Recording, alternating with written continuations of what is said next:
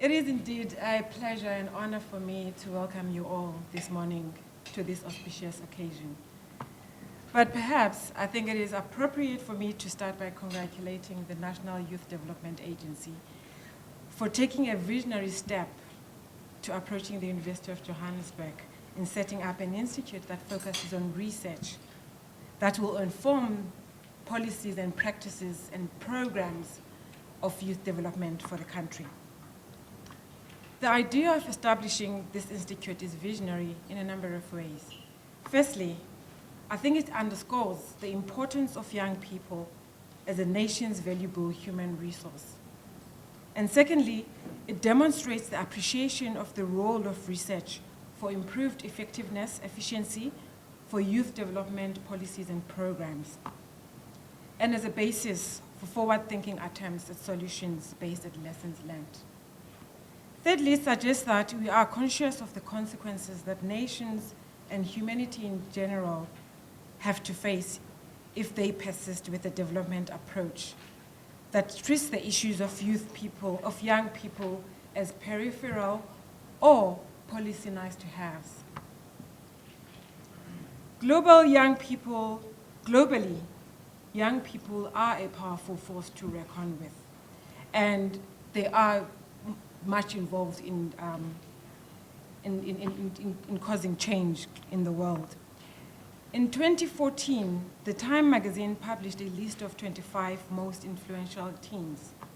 One of them was Miss Malala Yousafzai.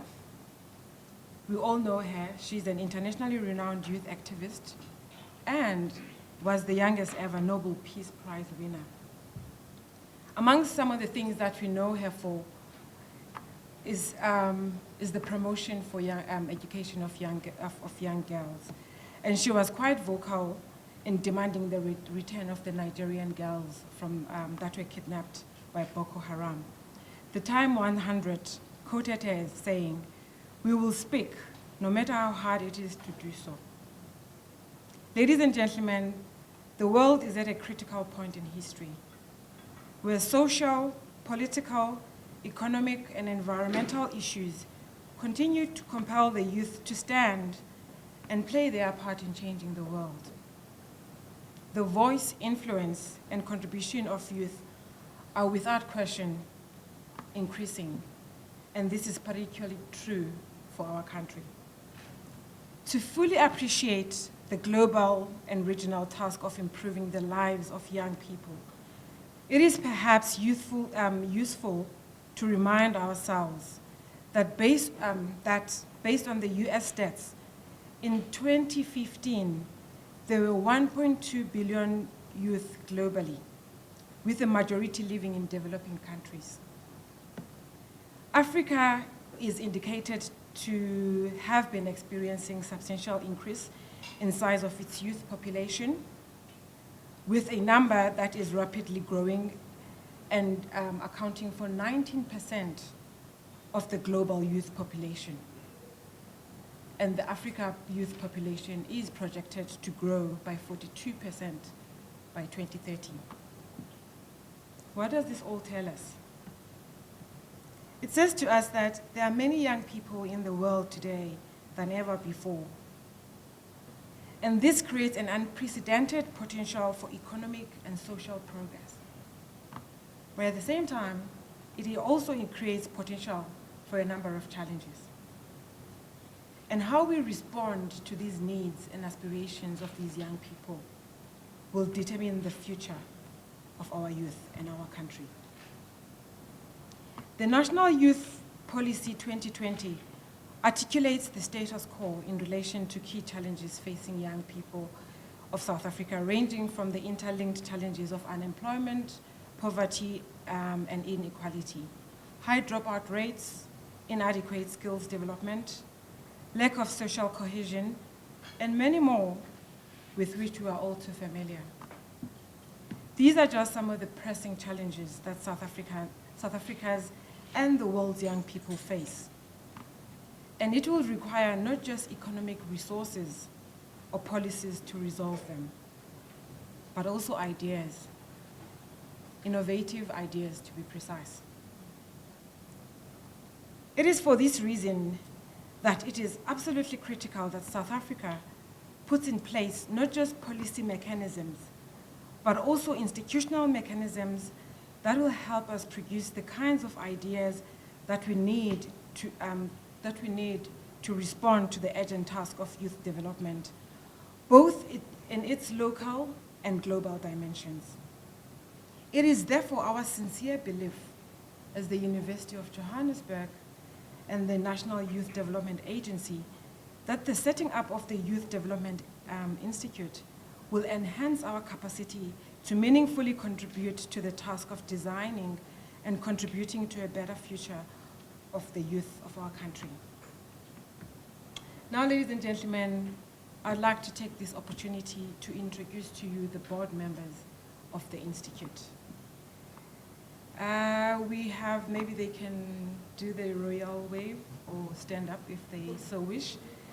We have, we have Dr. Katu, Mr. Katu Ramukumba, the CEO of the YDISA.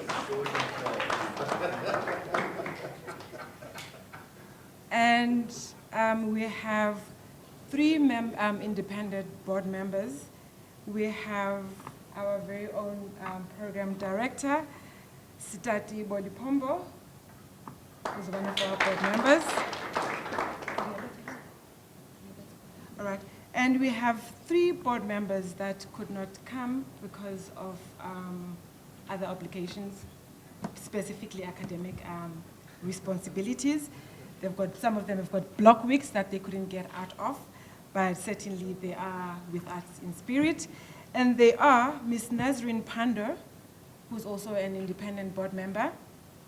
We have Dr. Riabetwe Horoyadira. I practiced that, got it right.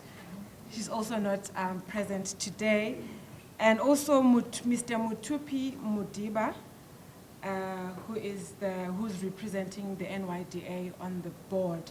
And lastly, we have myself representing the University of Johannesburg. Board members and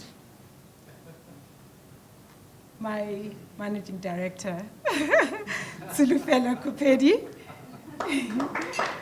who's tasked with the responsibility of leading the Institute and its and driving and realizing the vision of the Institute. And now, just turning to the board members, my brief message to you is that I'm actually looking very forward to working with you in leading and guiding the establishment of a productive and globally relevant institute on matters of youth development. And at the same time, I'd like to take this opportunity to extend our vote of thanks and appreciation to Professor Marala, the DVC Deputy Vice Chancellor of Research, Internationalization and the Library at the University of Johannesburg, who was the board member from inception of the Institute till beginning of this year when he handed over the reins to me.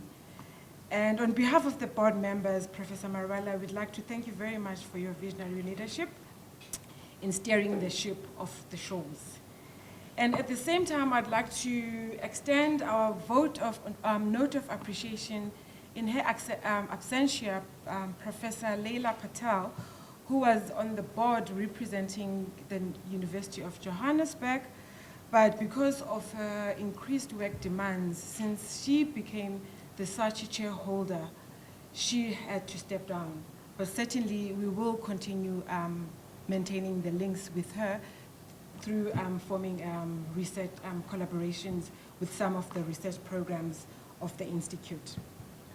And so, ladies and gentlemen, once again, I'd like to welcome you, and I'd like to leave you with a very renowned Chinese proverb that says, "A journey of 1,000 miles begin with one step."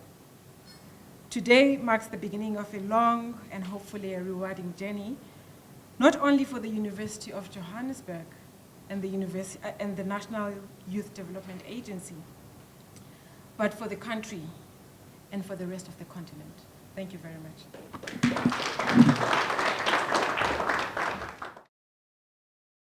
The University of Johannesburg. Rethink, reinvent.